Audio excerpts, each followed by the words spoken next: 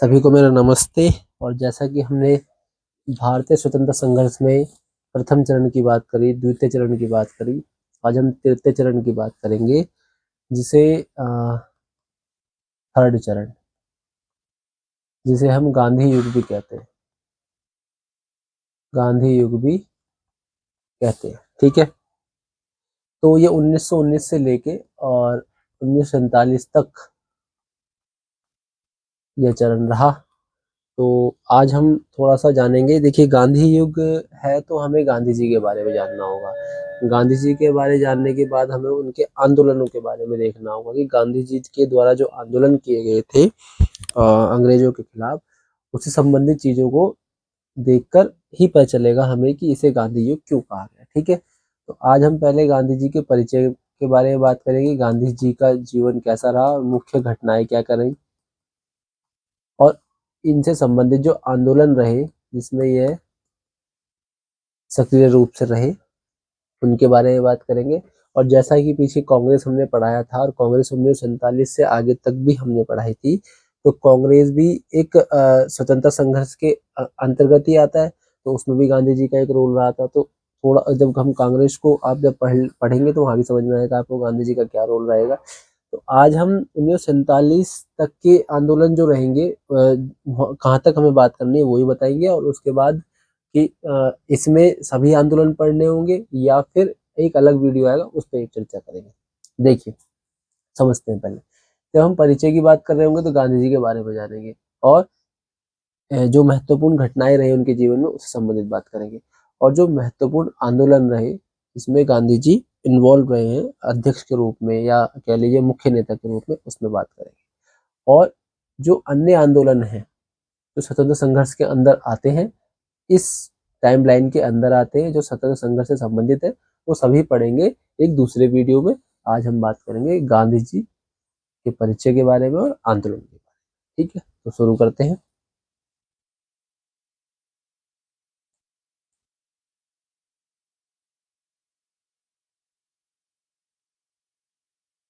देखिए, गांधी जी के परिचय की अगर हम बात करें तो पहले हमें जानना होगा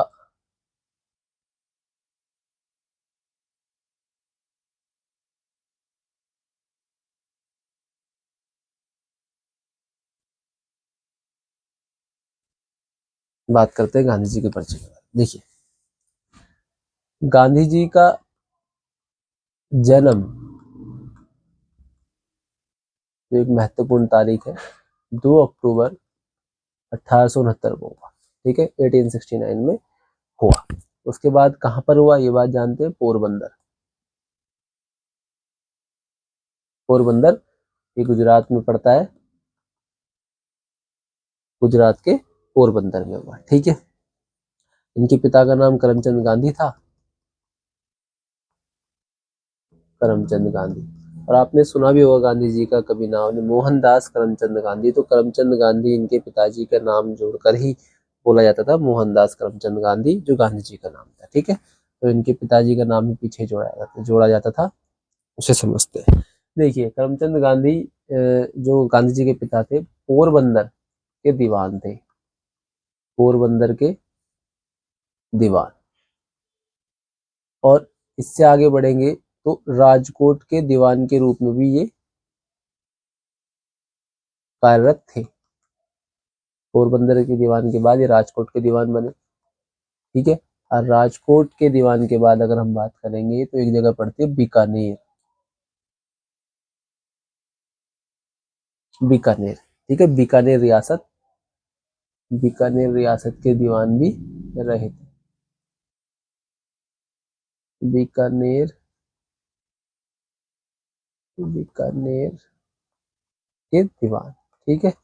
बीकानेर रियासत के दीवान भी गांधी जी के पिता करमचंद गांधी कार्यरत रहे थे, ठीक है। देखिए, करमचंद गांधी का एक निकनेम भी था, काबा गांधी। ये कह लीजिए एक अन्य नाम काबा काबा गांधी था। अगर थोड़ा सा हम गांधी जी को और जाने तो गांधी जी का बचपन का नाम, मतलब एक निकनेम तौर पे कह लीजिए प्रिय, कहते हैं कि डियर नेम, जैसे मतलब एक छोटे बच्चे का नाम बोल देते हैं ना घर में बुलाने के लिए, एक नाम था मोनिया, ठीक है। मोनिया, तो इनके माता पिता इनको नाम से बुलाते थे और मित्र मित्र जो भी थे वो सब बुलाते थे। उसके बाद हम बात करेंगे इनकी माता जी की। गांधी जी की जो माता जी थी उनका नाम था पुतली बाई, पुतली बाई, ठीक है। और इनकी पत्नी का नाम, गांधी जी की पत्नी का नाम था कस्तूरबा गांधी, कस्तूरबा गांधी, ठीक है, या कस्तूरबा, कस्तूरबा गांधी, ठीक है। तो कस्तूरबा गांधी इनका नाम था। ये गांधी जी से अगर मैं बोलूं तो 6 महीने बड़ी थी। अप्रैल 1869 का आसपास का जन्म इनका था, 1869 के आसपास का। और 2 अक्टूबर के आसपास का, आसपास से क्या, 2 अक्टूबर का जन्म जो था गांधी जी का। तो 6 महीने कस्तूरबा गांधी जो थी गांधी जी से बड़ी थी। देखिए ये कौन थी, पोरबंदर के प्रसिद्ध व्यापारी थे गोकुलदास, गोकुलदास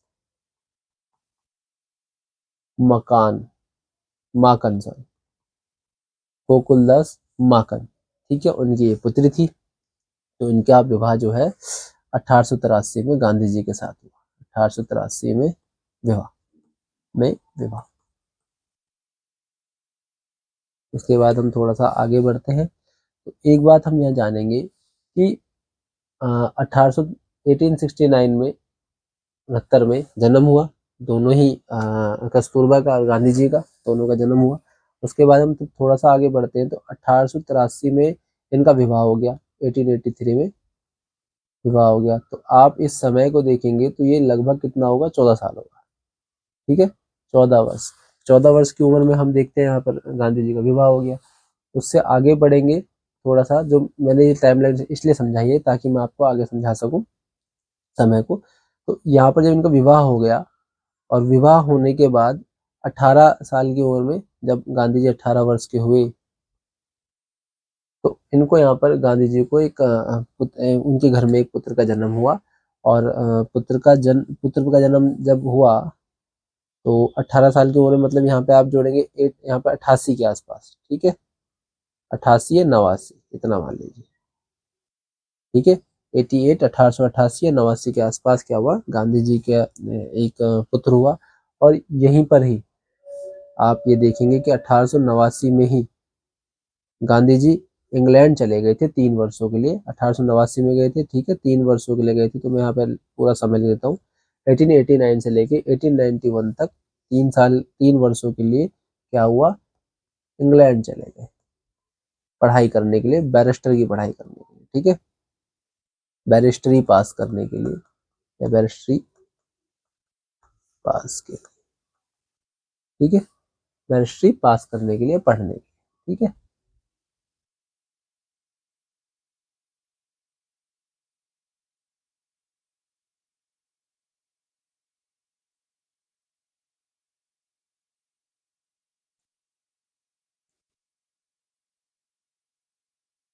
बैरिस्ट्री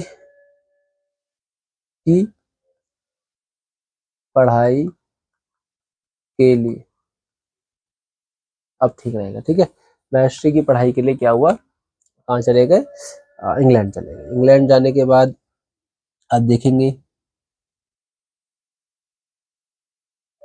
कि ये पढ़े, बैरिस्ट्री की पढ़ाई करी। बैरिस्ट्री की पढ़ाई करने के बाद ये भारत लौटे, ठीक है, वापस भारत आए, भारत लौटे। और राजकोट, राजकोट एक जगह है, वहां पर राजकोट, ठीक है, एक जगह बम्बई, यहाँ पर एज अ वकील के रूप में, या कह लीजिए वकालत शुरू करी, ठीक है, वकालत, वकालत शुरू की।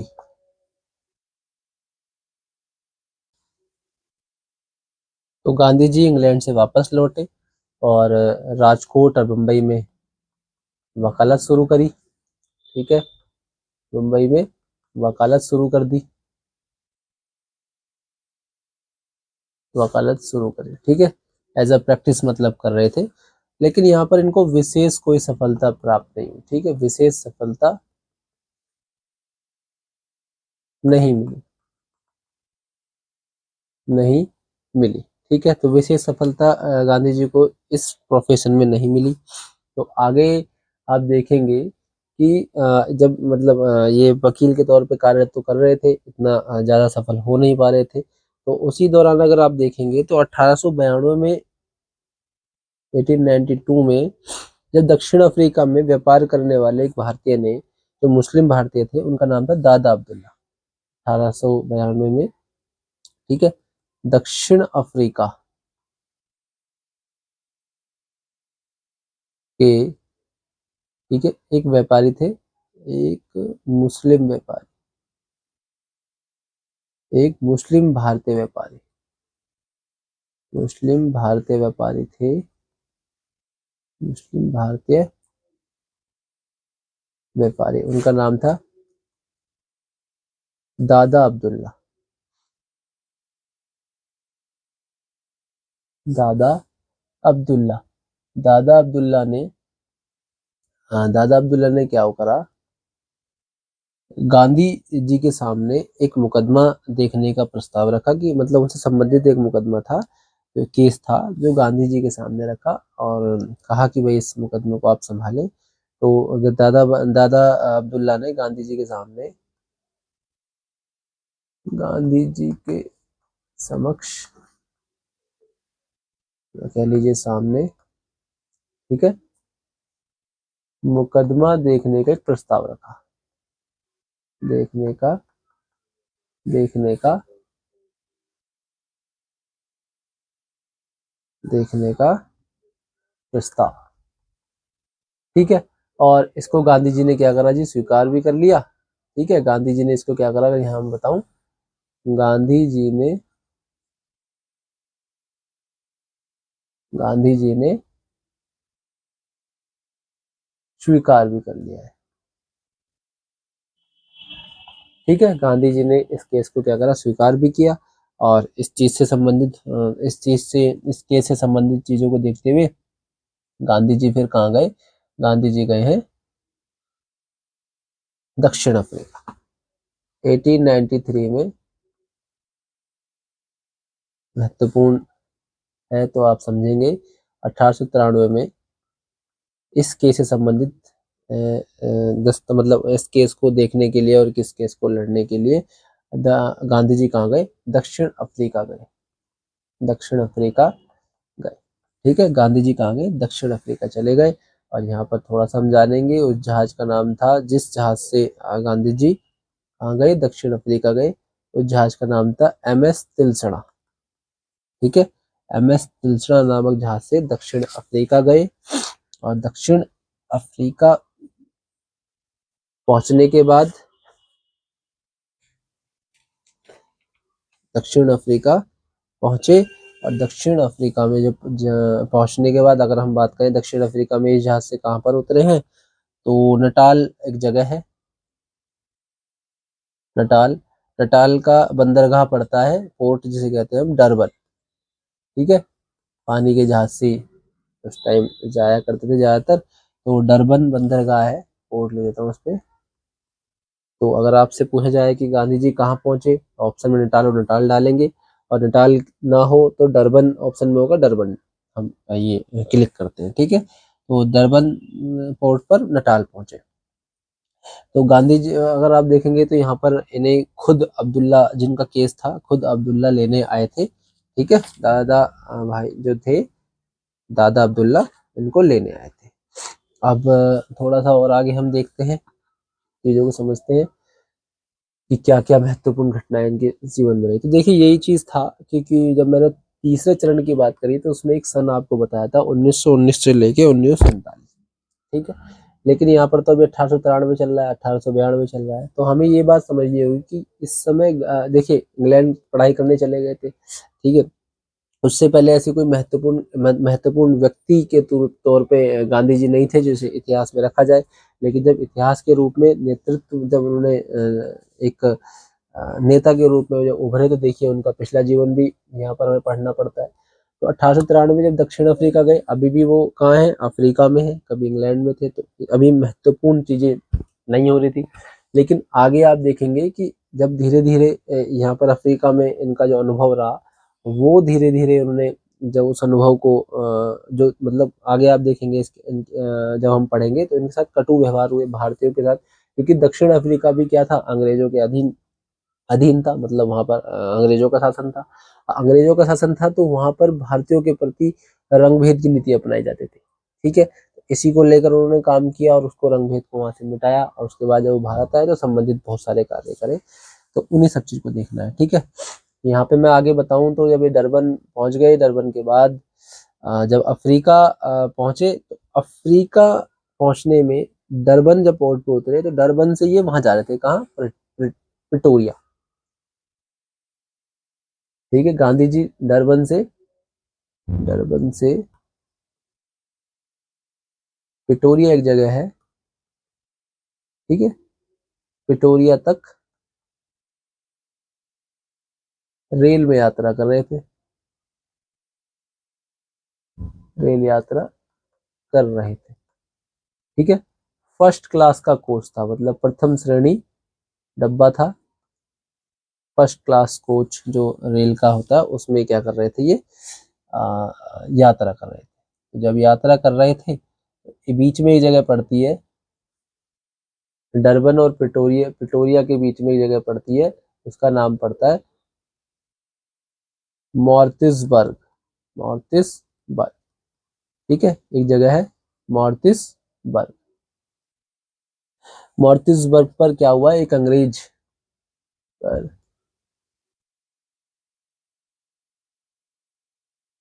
मॉर्टिसबर्ग पर क्या है, एक अंग्रेज है, वो जिस कोच में गांधी जी यात्रा कर रहे थे उसी कोच में क्या हुआ, ये अंग्रेज क्या हुआ, चढ़ा। ठीक है, मोर्टिसबर्ग पर एक अंग्रेज गांधी जी वाले कोच में, वाले कोच पे कह लीजिए डिब्बे में, ठीक है, चढ़ा। और जब उन्होंने देखा क्या, गांधी जी को देखा कि भाई ये भारतीय हैं, ठीक है, ठीक है, तो वहां पर क्या करा, गांधी जी को उसने क्या करा, एक स्थानीय पुलिस की मदद से उतरवा दिया डब्बे में से। ठीक है, यहाँ पे मैं आप देखूंगा, गांधी जी वाले कोच में चढ़ता है एक अंग्रेज, और उसके बाद क्या करता है, स्थानीय पुलिस को बुलाकर, स्थानीय पुलिस की मदद से, स्थानीय पुलिस की मदद से गांधी जी को ट्रेन से उतार देता है, गांधी जी को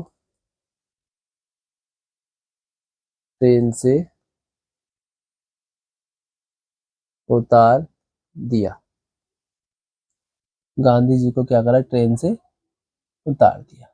तो ये एक महत्वपूर्ण घटना जो रही, अफ्रीका पहुंचते ही गांधी जी को क्या हुआ, एक कटु व्यवहार का अनुभव हुआ, एक गलत एक्सपीरियंस होने लगा कि ये जो गलत हो रहा है, इसके ये चीज उनके साथ एक्सपीरियंस जुड़ गया। और आप ये देखेंगे कि बाद में जब ये केस सॉल्व हुआ, तो केस सॉल्व होने के बाद भी गांधी जी अफ्रीका में रहे, और अफ्रीका में रह के रंगभेद की नीति को उन्होंने दूर किया। ठीक है, उस समय भी आप देखेंगे कि अफ्रीका में भी अंग्रेजों का शासन चल रहा था, है ना। तो एक बात और जानते हैं कि मॉरिटिसबर्ग जो है उन दिनों नटाल की राजधानी हुआ करती थी। ठीक है, किसकी थी, नटाल की राजधानी, नटाल की राजधानी कौन थी, मॉरिटिसबर्ग, मॉरिटिसबर्ग उस समय। तो आगे चलते हैं थोड़ा सा,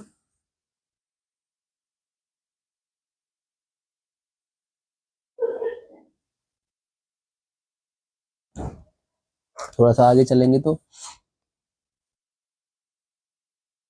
यहीं पे समझेंगे हम कि एक एक चीज को थोड़ा सा, एक क्राइटेरिया एक बात जान लेते हैं यहाँ पे दिमाग में, कि जब अंग्रेज ने क्या करा, इसे गांधी जी को ट्रेन से उतारा, ठीक है, तो और ध्यान दीजिएगा, भारतीय चाहे कितना ही धनी हो, प्रतिष्ठित हो, चाहे फेमस हो, कुछ भी हो, पर वहां पर एक रूल बनाया हुआ था कि अंग्रेजों के साथ कोई भी भारतीय भारतीय यात्रा नहीं कर सकता, उसे कोई ऐसी अनुमति नहीं है। तो यहीं पे हमें क्या करना हो, एक नोट बना के लिखना है, नोट डाल के लिखना है कि दक्षिण अफ्रीका में अंग्रेज भारतीयों के प्रति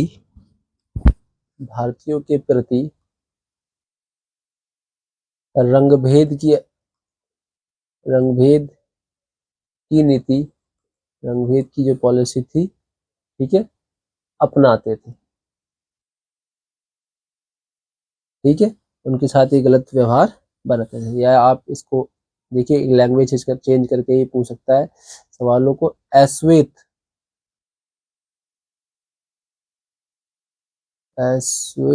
प्रजा, जो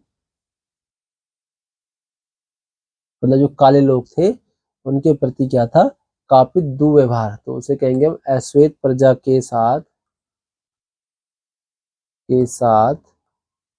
काफी दुर्व्यवहार काफी दुर्व्यवहार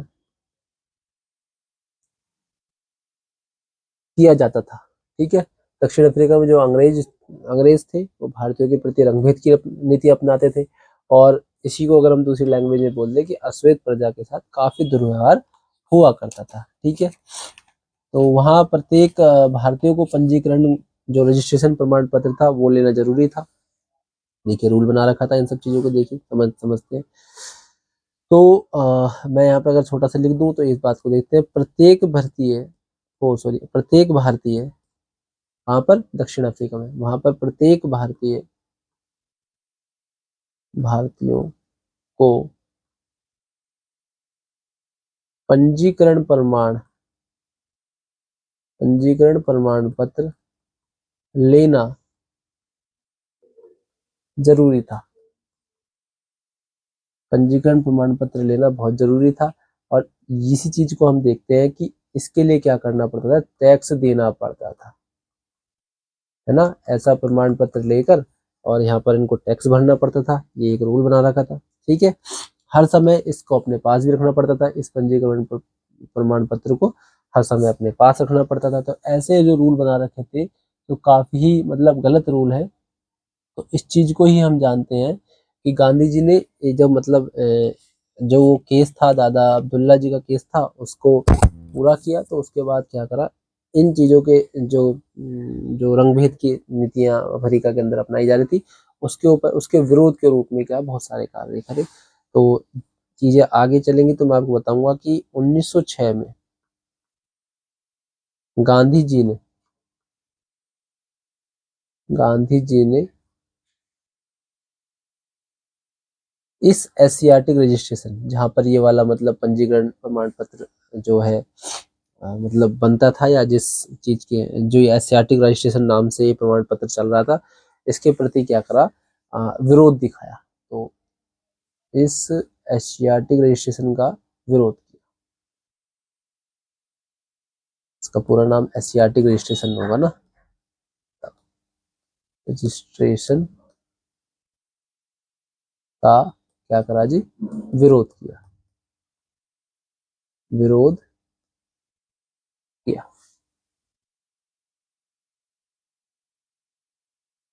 1906 में गांधी जी ने इस एशियाटिक रजिस्ट्रेशन का क्या करा, विरोध किया।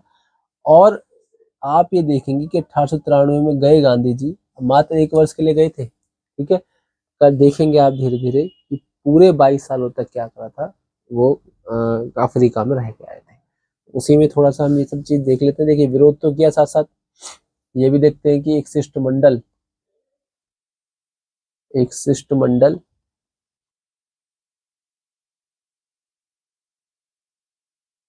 इंग्लैंड भेजा इंग्लैंड भेजा। ठीक है, और इस एक्ट को क्या करा, समाप्त कर दिया। इस कानून को क्या कर दिया, समाप्त कर दिया। इस एक्ट को समाप्त। ठीक है, जो ये एशियाटिक रजिस्ट्रेशन जो था, इसका विरोध किया। और जो प्रमाण पत्र वाला जो कानून था, इसको आगे चल के आप देखेंगे समाप्त कर दिया। देखिए, गांधी जी ने कितना महत्वपूर्ण कार्य किया है, जो आज भी अफ्रीका में गांधी जी को मतलब जो भारतीयों का एक कहते हैं ना सम्मान, वो जगा के रखा उन्होंने आज भी अफ्रीका में। तो उनका नाम बहुत सम्मान पूर्वक यहाँ लिया जाता है। और थोड़ी सी इन चीजों को देखते हैं, आगे बढ़ेंगे। कि क्या क्या चीजें रही हैं। अगर मैं गांधी जी के कुछ अदर्स चीजों में देखूं तो समझेंगे। एक बात पहले मैं ये देख लेता हूँ कि मैंने आपको यह बताया था कि जब गांधी जी एक वर्ष के लिए केस को सॉल्व करने के रूप में या केस का अध्ययन करने के लिए अफ्रीका गए थे। उन्होंने वहां पर लगभग मतलब 22 वर्ष क्या करें व्यतीत किए। अफ्रीका में एक लंबा समय वहां दिया, है ना। तो यहाँ पर हम समझेंगे, एक लाइन यहाँ पर लिख देता हूँ मैं जो इम्पोर्टेंट है। नटाल सर्वोच्च न्यायालय में नटाल सर्वोच्च न्यायालय में ठीक है, अधिवक्ता के रूप में, एज एडवोकेट, अधिवक्ता के रूप में पंजीकृत, ठीक है, रजिस्टर्ड होने वाले पहले भारतीय थे। वाले पहले भारतीय कौन थे? गांधी जी थे। पहले भारतीय कौन थे? गांधी जी थे, है ना। तो कुछ और चीजों को देख लेते हैं साथ साथ। देखिए कार्य भी बहुत सारे किए हैं, आप देखें गांधी जी के तो कार्य बहुत सारे किए। मैं अभी आपको थोड़ा जो महत्वपूर्ण कार्य है उन सब के बारे में बता देता हूँ। 1894 में 1894 में, सॉरी, 1894 में गांधी जी ने क्या करा था? नटाल इंडियन इंडियन कांग्रेस, ठीक है, नटाल इंडियन कांग्रेस की क्या करी थी? वहां पर स्थापना की थी, है ना। और ये आपको ये बताऊं, ये जो नाम था 1893 में लाहौर अधिवेशन हुआ था भारत के अंदर। तो दादा भाई नारोजी के प्रति सम्मान व्यक्त करने के लिए क्या करा गया था? ये नाम रखा गया था, ठीक है। दादा भाई नारोजी एक बहुत बड़ा नाम है भारतीय इतिहास में, तो उनके प्रति सम्मान दिखाने के लिए गांधी जी ने ये नाम रखा था इनका, इस संस्था का। आगे मैं देखूं तो 1894 के बाद 1902 में 1902 में गांधी जी ने टॉल टॉलस्टाय टॉलस्टाय फार्म, जो जोहान्सबर्ग में करी थी इसकी स्थापना। अफ्रीका में एक जगह पड़ती है जोहान्सबर्ग,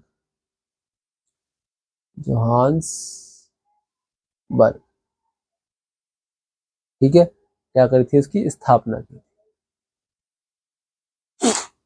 जोहान्सबर्ग में। इस एक फर्म थी, उसकी स्थापना करी। और इस फर्म के लिए अगर मैं बात करूं तो 1000 एकड़ की जमीन थी। एक व्यक्ति थे हरमन कालबाख, ठीक है, जर्मन शिल्पकार थे। तो उन्हीं इनके द्वारा ये जो एक लैंड थी वो प्रदान की गई थी और गांधी जी ने यहाँ पर क्या करा था? फर्म की स्थापना की। उसके बाद हम थोड़ा सा अगर आगे चलते हैं, देखिए सभी कार्य कर ही रहे हैं। 1893 में जब गांधी जी चले गए और 94 में देखिए नटाल इंडियन कॉन्फ्रेंस कांग्रेस की स्थापना हुई और केस भी चला साथ साथ केस चलने के बाद देखिए ऐसी घटनाएं, जो दुर्व्यवहार वाली घटनाएं रही, उसकी उसके प्रति जो विरोध स्थापित था, मतलब विरोध किए, उन सब के ऊपर भी कार्य हो रहा था। तो गांधी जी कहीं ना कहीं इन सब चीज के पीछे कार्य बहुत जोर शोर से कर रहे थे। एक आश्रम है फिनिक्स आश्रम, 1904 को गांधी जी ने फिनिक्स आश्रम की स्थापना भी की। फिनिक्स आश्रम डरबन में है ये, ठीक है। डरबन मैंने आपको बताया था पीछे भी जगह, ठीक है। ये स्थापना की। थोड़ा सा और आगे चलते हैं, 1904 के आगे चलेंगे तो 1904 में ही एक अखबार निकाला था इंडियन ओपिनियन नाम से। ओपिनियन नामक अखबार नामक अखबार गांधी जी ने क्या करा? निकाला। गांधी जी ने निकाला, ठीक है। साप्ताहिक अखबार था एक है, ठीक है, साप्ताहिक अखबार था, साप्ताहिक अखबार। साप्ताहिक अखबार था और गांधी जी ने इसका क्या करा था, इसको प्रकाशन किया इसका, और ये तमिल, इंग्लिश और गुजराती, हिंदी में उस टाइम पे ये 4 भाषाओं में ये छप रहा था। ठीक है, थोड़ा सा और आगे चलते हैं, गांधी जी के संबंधित चीज़ों को जानते हैं। तो आपको देखिए परिचय अब थोड़ा सा है, ज़्यादा नहीं है, थोड़ा सा और परिचय बताया तो उसके बाद चीज़ें चलती रहेंगी। अब तो वैसे भी काम हो रहा है, परिचय तो उनका हो भी गया पीछे, और महत्वपूर्ण सवालों पर भी हमें आना है तो इन सब चीज़ों को देखना होता है। तो 1915 में गांधी जी जब मतलब पूरी तरीके से वहाँ पर अपना कार्य कर लिया था उन्होंने, गांधी जी ने, तो 1915 में गांधी जी क्या हुए, भारत लौट गए। 1915 में गांधी जी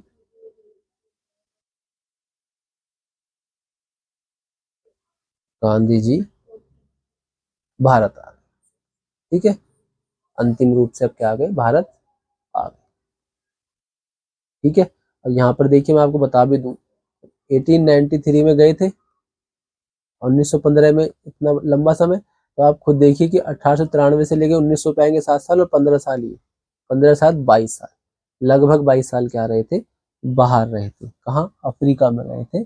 और ये ऐसे ऐसे महत्वपूर्ण कार्य होते रहे जो आगे चलकर इतिहास में एक बहुत बड़ा प्रभाव डालेंगे।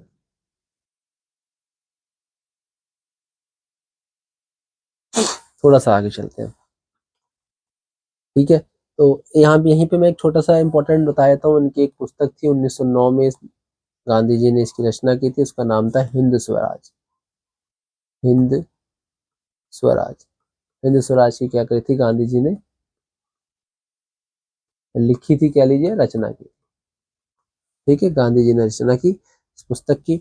उसके बाद मैं आगे चलूं तो गांधी जी के एक पॉलिटिकल गुरु थे, गांधी जी के राजनीतिक गुरु, राजनीतिक गुरु, इनका नाम था गोपाल कृष्ण गोखले। गोपाल कृष्ण गोखले। ठीक है, इम्पोर्टेंट सवाल है, गांधी जी संबंधित है तो इम्पोर्टेंट सवाल है कि गांधी जी के जो राजनीतिक गुरु थे वे कौन थे, तो हम बताएंगे गोपाल कृष्ण गोखले। और इस चीज को थोड़ा सा आगे बढ़ा रहा हूं मैं कि 1916 में, जब 1915 में भारत आ गए गांधी जी, तो यहाँ पर आके भी काम किया, और 1916 में गांधी जी ने क्या करा, साबरमती आश्रम की स्थापना करी। कहाँ पर, अहमदाबाद में। तो साबरमती आश्रम कहाँ पर, अहमदाबाद में, अहमदाबाद। ठीक है, स्थापना 1916 में गांधी जी ने इसकी स्थापना करी, इस आश्रम की स्थापना करी। और यह ये आपको समझ में आएगा कि एक परिचय के रूप में और क्या क्या घटनाएं उनके जीवन में रही, और चीजों को कैसे मतलब उनका जीवन को हम पढ़ते हैं इतिहास के रूप में, और कहाँ कहाँ से महत्वपूर्ण सवाल बन पाते हैं। तो ये चीज हुई। उसके बाद हम बात करेंगे थोड़ी सी उनके आंदोलन के बारे में, और वहीं पर हम थोड़ा थोड़ा मतलब जो डेट्स हैं गांधी से संबंधित, 1915 में, 1909 में हिंद स्वराज की स्थापना, हिंद स्वराज की जो रचना की है, इन सभी को पूरी ढंग से पढ़ लेना है, क्योंकि इंपॉर्टेंट है। गांधी से संबंधित चीजें बड़ी इंपॉर्टेंट हो जाती हैं। अब हम आंदोलन की बात करेंगे और उसके बाद आगे बढ़ते हैं। अब हम बात करेंगे गांधी जी के आंदोलन के बारे में। जो पहला आंदोलन हुआ गांधी जी द्वारा भारत में, चंपारण आंदोलन। ठीक है, गांधी जी ने सत्याग्रह का पहला जो बड़ा प्रयोग किया वह कौन सा था, चंपारण आंदोलन था। इसके बाद अगर मैं बात करूं तो ये 1917 में किया गया। ठीक है, चंपारण जिला बिहार का एक जिला है, तो उसमें ये आंदोलन हुआ था। और क्या कारण रहा वो देखते हैं। देखिए, नील की खेती में काम करने वाले जो किसान थे, जो किसानों पर यूरोपीय मालिकों ने बहुत अत्याचार किया था। ठीक है, तो यूरोपीय नीले कंपनी थी, यहाँ पर नील की कंपनियां थी, उन्होंने क्या करा, किसानों पर बहुत अत्याचार किया था। क्या अत्याचार था, जो किसानों की जमीन थी, जो किसानों की भूमि हुआ करती थी, उन जमीनों पर 3/20 भाग पर नील की खेती करना क्या कर दिया, उस पर मालिकों ने क्या करा, उसको मतलब महत्वपूर्ण कर दिया, उनके लिए कह दिया कि भाई आपको करना ही पड़ेगा, ठीक है। और ये भी तय कर दिया कि 3/20 नील की जो खेती होगी उसका दाम भी कौन तय करेंगे, वो खुद मालिक, कि उन्हें किन दरों पर खरीदना और बेचना है, ठीक है, मतलब बेचना है। तो ये एक तरह से अत्याचार है, और इसी को क्या कहा गया है भारतीय इतिहास में, या कहेंगे इस पद्धति को क्या कहा है, तीन कठिया पद्धति कहा गया, ठीक है। तीन कठिया पद्धति क्या कहा गया, पद्धति कहा गया, ठीक है। इससे आगे चलते हैं अगर हम, कि इसकी आई कहानी कह रही, अगर हम थोड़ा सा जानेंगे तो 19वीं शताब्दी के आसपास जो जर्मनी में कृत्रिम नील, मतलब आर्टिफिशियल नील का जो है वहां पर जो आविष्कार हो चुका था, मतलब बन चुकी थी, आविष्कार हो चुका था। तो भारतीय नील बाजार को लगभग समाप्त कर दिया इस जर्मनी वाले कृत्रिम नील ने।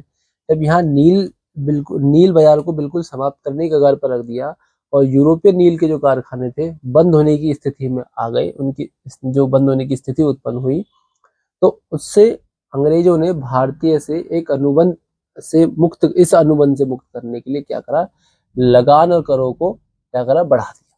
मतलब उनसे, मतलब या भी उनकी जो कारखाने थे वो बंद बंद हो रहे थे, अब उनसे इतना प्रॉफिट हो नहीं रहा था, तो उस पैसे को उन पैसों, अपने आप को फायदा पहुंचाने के लिए क्या करा, किसानों पर लगान लगाए, टैक्सेस लगाए। इससे किसान क्या होगा, परेशान होगा। और जब परेशान हुआ तो 1917 में एक किसान थे, नील किसान थे, पंडित राम राजकुमार शुक्ल ने गांधी जी को चंपारण आने का क्या करा, आग्रह किया, और गांधी जी चंपारण आए। और चंपारण आने के बाद आप देखेंगे चंपारण आए भी साथ में, और साथ में कुछ सहयोगी भी उनके थे, डॉक्टर राजेंद्र प्रसाद, जेबी कृपलानी, महादेव देसाई, ये बड़े नाम जो हैं गांधी जी के साथ संयोग के रूप में रहे। राजेंद्र प्रसाद, जेबी कृपलानी, महादेव देसाई, मजहरूल हक, नरहरि पारिख और ब्रिज किशोर, ये सभी गांधी जी के साथ इस आंदोलन में आए। और सरकार ने पूरे मामले की जांच के लिए एक आयोग गठित करी। मतलब जब आंदोलन शुरू कर दिया, तो ब्रिटिश गवर्नमेंट ने क्या करा, इस मामले की जांच करवाई और एक आयोग गठित किया। और ये फैसला लिया गया कि किसानों को 25% राशि वापस की जाएगी। मतलब इस बात के लिए राजी हो गए, जो पिछला लगान टैक्स ये सब लिया था उन सब ने।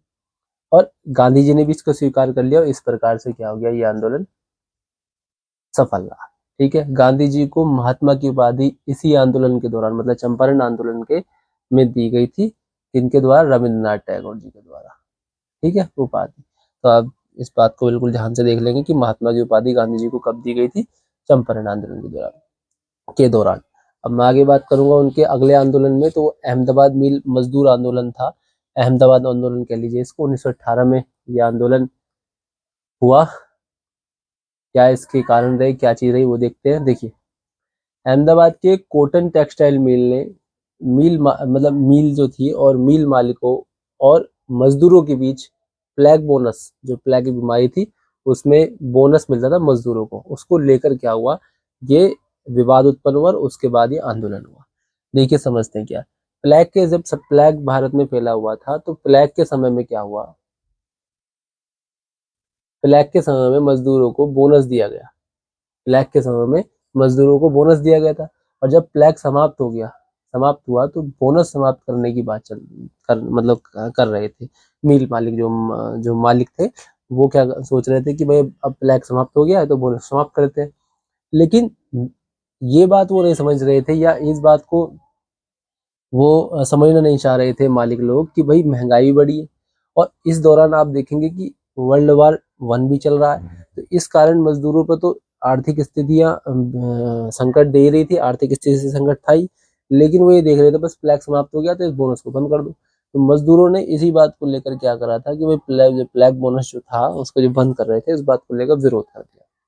तब एक अनुसुईया बैन है, उन्होंने क्या करा, अनुसुईया बेन ने गांधी जी को एक पत्र लिखा। अनुसुईया बेन अम्बालाल साराभाई की बहन बहन थी। अम्बालाल साराभाई एक मतलब क्या कहेंगे हम, व्यापारी थे, ठीक है, उन्हीं की बहन थी अनुसुईया बेन। और उन्होंने गांधी जी को क्या लिखा,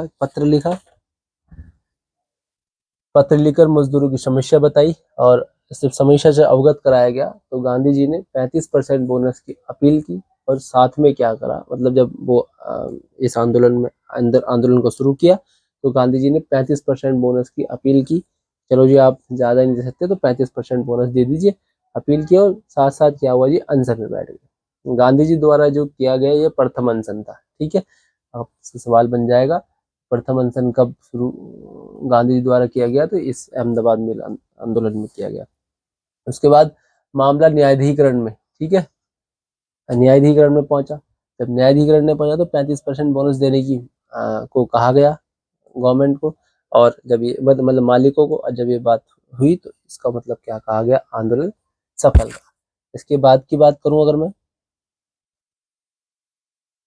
इसके बाद के आंदोलन जो जिसमें सक्रियता गांधी जी की रही, अगला था खेड़ा आंदोलन। ठीक है, खेड़ा आंदोलन, ये खेड़ा जिला है और गुजरात में, तो वहाँ का ये आंदोलन था, तो इसका नाम भी इस जिले के साथ रख दिया, खेड़ा आंदोलन।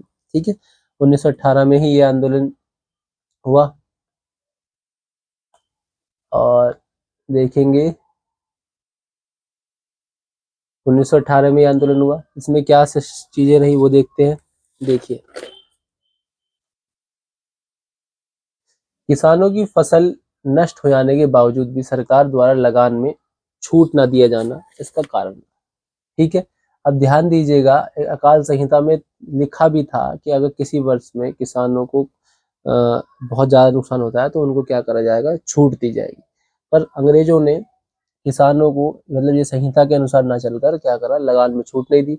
अब इस वर्ष यहाँ पर बड़ा अकाल पड़ गया, बहुत ज्यादा नुकसान हो गया किसानों को फसल को लेकर, फसल में समझ नष्ट हो गई फसलें।